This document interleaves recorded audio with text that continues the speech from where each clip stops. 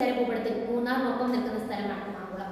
പെയ്തിറങ്ങുന്ന തൂമഞ്ഞും ഗജവീരന്മാർ നിരനിരയെത്തുന്ന ആനക്കുളവും കിളികളുടെ കളകളാരും കേട്ട കല്ലാറിൽ നിന്നും മാങ്കുളം വരെയുള്ള യാത്ര വിനോദസഞ്ചാരികളുടെ പർദീസയാക്കി മാങ്കുളത്തെ മാറ്റുന്നു.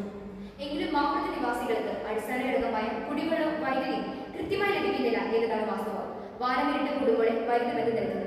കൂടാതെ ആഴ്ചകളോളമുള്ള വൈദ്യുതി അഭാവം അവിടുത്തെ ജനതകളുടെ ദൈനംദിന ജീവിതത്തെ സാരമായി ബാധിച്ചിരിക്കുന്നു.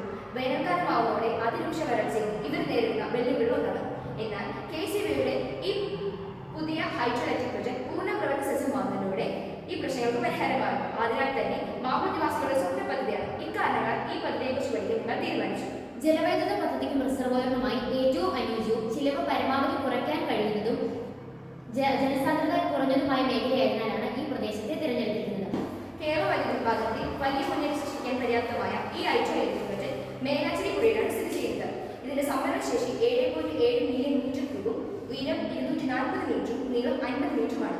ആദ്യഘട്ടത്തിൽ സ്ഥാപന ശേഷി 80 മെഗാവാട്ടും 102 മില്യൺ യൂണിറ്റ്സ് പ്രതിവർഷ ഉത്പാദന ശേഷിയുമുള്ള നിലയമാണ് വിഭാവനം ചെയ്തിരിക്കുന്നത്. പദ്ധതിയുടെ രണ്ടാം ഘട്ടത്തിൽ സ്ഥാപന ശേഷി 80 മെഗാവാട്ടായി ഉയർത്തുന്നതിനുള്ള നടപടികൾ നടത്തും.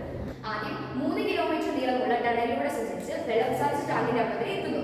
ഡാമിൽ നിന്നുള്ള നേരിട്ടുള്ള വെള്ളമായതിനാലും ഈ ടണൽ ഒരു സ്ട്രെയിറ്റ് ലൈൻ ആയതിനാലും ഇവിടെ ഒഴുകുന്ന വെള്ളത്തിന് ശക്തമായിരിക്കും. ഈ ടണൽ നിർമ്മിക്കപ്പെട്ടിരിക്കുന്നത് കോൺക്രീറ്റിനാണ്. സർച്ച് ടണ്ണിന്റെ ഉപയോഗം എന്താണ്? ഏതെങ്കിലും കാരണവശാൽ ടണലിലൂടെ ഒഴുകുന്ന ജലത്തിന്റെ അളവ് പെട്ടെന്ന് കൂടുകയോ കുറയുകയോ ചെയ്താൽ ഉണ്ടാകുന്ന പ്രഷർ ഫ്ലക്ച്വേഷൻസിനെ സർച്ച് എന്ന് പറയുന്നു. ശേഷം പെൻസ്റ്റോക്കിന് പകരം 51 ഡിഗ്രി ചെരിവ് നിർമ്മിച്ചിരിക്കുന്ന ഇൻക്ലൈൻഡ് പ്രഷർ ഷാഫ്റ്റിലൂടെ 390 മീറ്റർ ജലം സഞ്ചരിക്കുന്നു.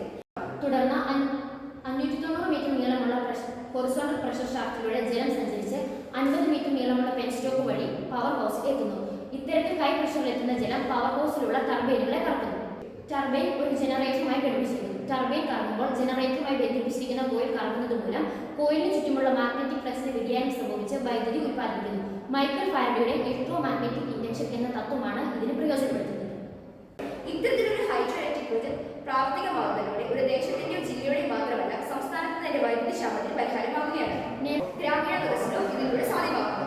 ഒരു തടയണ കെട്ടി ജലം തടഞ്ഞു നിർത്തുന്നതിലൂടെ ഭൂഗർഭ ജലസ്രോതസ്സിന്റെ അളവ് വർദ്ധിക്കുന്നു. ഇത് കാർഷിക മേഖലയ്ക്ക് പുത്തൻ ഉണർവ് കൂടി നൽകുന്നു. ആയതിനാൽ തന്നെ ഒത്തിരിയേറെ തൊഴിൽ ദിനങ്ങളും തൊഴിലവസരങ്ങളും ഈ പ്രദേശത്ത് വർദ്ധിക്കുന്നു.